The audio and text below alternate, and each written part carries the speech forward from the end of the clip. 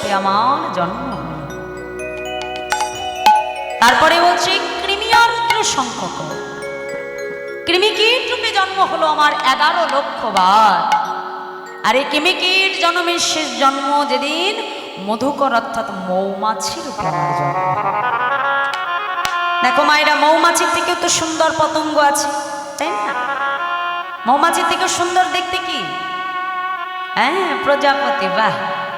কিন্তু দেখো শাস্ত্র আমাদেরকে শিক্ষা দিচ্ছে মা, এই সংসার মাঝে এসে শুধুমাত্র আমার দেহটা সুন্দর হলেই হবে না। আমি সুন্দর একটা দেহ পেলাম, কিন্তু দেহটা যদি আমার গৌর গোবিন্দ সেবায় না লাগে বাবা, তাহলে শাস্ত্র বলছে সেই সুন্দর দেহটা পাওয়া তোমার বৃথা।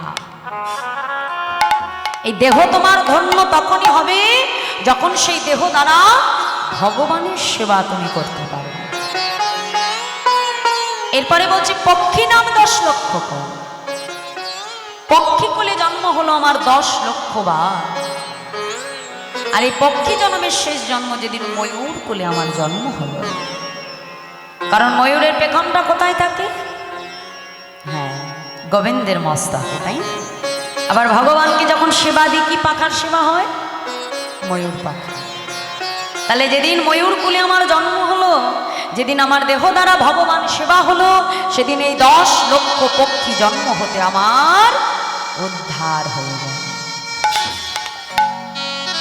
তারপরে শাস্ত্র বলছে 30 লক্ষ কম পশু বানস্য। পশুকুলে জন্ম হলো আমার 30 লক্ষ বার। কত না কুকুর হলাম, ছাগল হলাম, বনের হিংস্র জন্তু হলাম, উদ্ধার পেলাম কবে বাবা? যেদিন কোনো সনাতন ভক্তির ঘরে এসে গাভীকুলে জন্মগ্রহণ করে আমার দেহের দুগ্ধ দ্বারা ক্ষীরসর নবনী তৈরি হয়ে সেই ক্ষীর নবনী মাখন মিষ্টি যখন ভগবান সেবায় লাগলো মা, সেই দিনেই 80টা লক্ষ জনী ভ্রমণ আমার শেষ হলো। তাহলে প্রত্যেকটা জন্মেই কিন্তু লক্ষ্য করো, যতক্ষণ না দেহ দ্বারা তার সেবা হচ্ছে ততক্ষণ দেহের কিন্তু কোনো মুক্তি নাই। তাহলে আমার মানব জন্মের ক্ষেত্রেও কিন্তু এর কোনো ব্যতিক্রম হয় না। এই মানব দেহের ক্ষেত্রে তার কোনো ব্যতিক্রম নেই। এই মানব দেহটা পাবার পরে এতগুলো জন্ম ভ্রমণ করবার পর 80 লক্ষ বার জন্ম আর 80 লক্ষ বার মৃত্যু হবার পর তারপর পেয়েছি 4 লক্ষ মনুষ্য জন্ম। কিন্তু এই দুর্লভ মনুষ্য দেহখানা পেয়েও যদি সেই দেহ দ্বারা আমি ভগবান সেবা করতে না পারি, দেখো এই জগতে সবাই তো আর কৃষ্ণ কথা আস্বাদন করে না, সবাই হরিনাম শোনে না মা, সবাই ভাগবত কথা আস্বাদন করে না, সবাই আমরা এই পথের পথিকও হতে পারি না। তাহলে যাদের দেহটা গোবিন্দ চরণে সমর্পণ হলো না, সেই দেহের না হলে কি হয় মা? হ্যাঁ, মানুষ যখন মারা যায় শুধুমাত্র তার দেহটি, কিন্তু দেহের ভেতরে যে বস্তু থাকে অর্থাৎ আত্মা, সেই আত্মার কিন্তু কোনো মৃত্যু নাই মা। তাহলে যেই দেহটা, যে আত্মাটা আমরা ভগবান চরণে সমর্পণ করতে পারলাম না, পুনরায় সেই আত্মা আবার এই 80 লক্ষ জনের জন্ম মৃত্যুর চক্রে আবার ভ্রমিত হতে ফিরে যায়। আবার তোমাকে এই সংসার মাঝে ফিরে আসতে হবে মা। আর জানবে সংসার মাঝে যতবার আমি ফিরব, সংসারের তেতাব জ্বালা কিন্তু আমাকে ভোগ করতেই হবে। এই সংসার মাঝে এসে কেউ কি আমরা সুখী আছি মা? সংসার দুঃখ জলদপতি তোষ। সংসার মানে এখানে আধ্যাত্মিক, আদি ভৌতিক, আদি দৈবিক, এই 3 প্রকার জ্বালা তোমাকে সঙ্গে করে নিয়েই আমরা এসেছি। তাহলে সংসার রূপী মায়ার চক্র হতে যদি জীবের উদ্ধার হতে হয়, আমাদের একটাই উপায় কলিযুগে, সদ্গুরু চরণ আশ্রয় করো, হরিনাম করো। নাম ছাড়া জীবের আর কোনো গতি নাই, গতি নাই, গতি নাই। তাই বৈষ্ণব মহাজন তিনি পদাবলিতে কলম দিয়ে বলছে, দেখো দেখো অসাধনে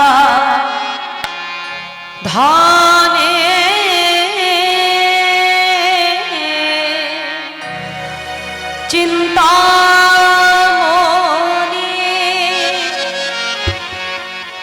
আমার বিধি মিলায়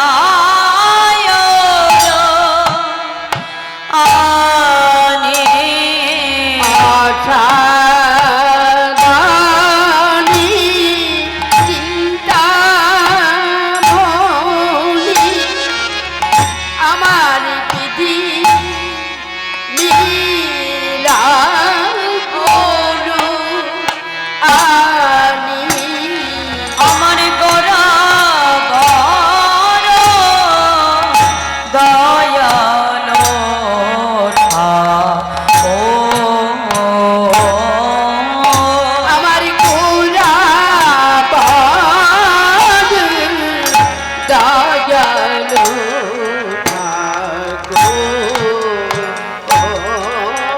কোন সাধন ভজ লাগলো না রে কোন সাধু বাদ লাগিল না দে তারে অসাধনে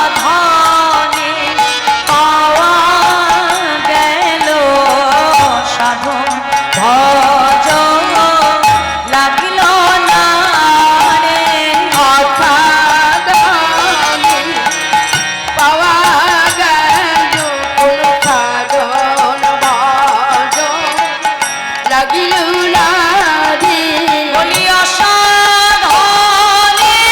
পাওয়া গেল সাধন বাদ লাগিল না দে এই কলি যুগে হয়ে গেল অসাধনে পাওয়া গেল কোন সাধন ভজন লাগলো না রে অসাধনে পাওয়া গেল কোন সাধন ভজন লাগলো না রে কলিযুগ হয়ে গেল দয়াল গৌরবতারে অসাধনে পাওয়া গেল সাধন ভজন লাগলো না রে অসাধনে পাওয়া গেল আমার দয়াল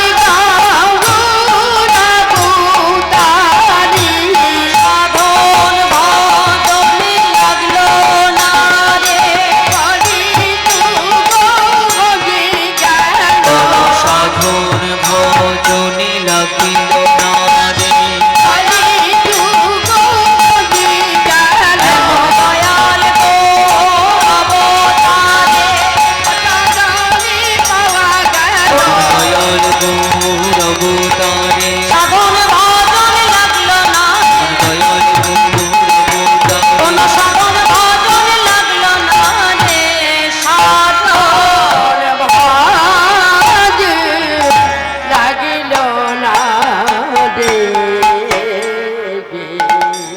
অসাধনে পাওয়া গেল সাধন ভজন লাগলো না এই কলিতে ভগবানকে পাওয়ার জন্য কোনো কষ্ট করা লাগে না শাস্ত্রে বলছে বেশ দাও কৃতে যদ্ধায়তে বিষ্ণুতে তাই যজ্জত মকই দা করে পরিচর্যন করো তদ্ধরি সংকীর্তনা অর্থাৎ সত্যযুগে ভগবানকে পাওয়ার উপায় ছিল ধ্যান ত্রেতা যুগে ভগবানকে পাওয়ার উপায় হলো মা যাগযজ্ঞ আর দাপর যুগে ভগবানকে পাওয়ার উপায় হলো পূজা অর্চন কিন্তু কলিযুগে আমার মহাপ্রভু দেখলেন যে আমার কলির জীবের এত সময় নেই যে তারা যাগযজ্ঞ ধ্যান তপস্যা পূজা অর্চন করে ভগবানকে ডাকবে তাহলে আমাদের কলির জীবের উপায় কি মা প্রভু বললেন হরের নাম হরের নামইব কেবল কলৌ নাস্তিব গতি রন্যথা মহাপ্রভু বললেন যে হরি নাম ছাড়া আমার জীবের কোনো গতি নাই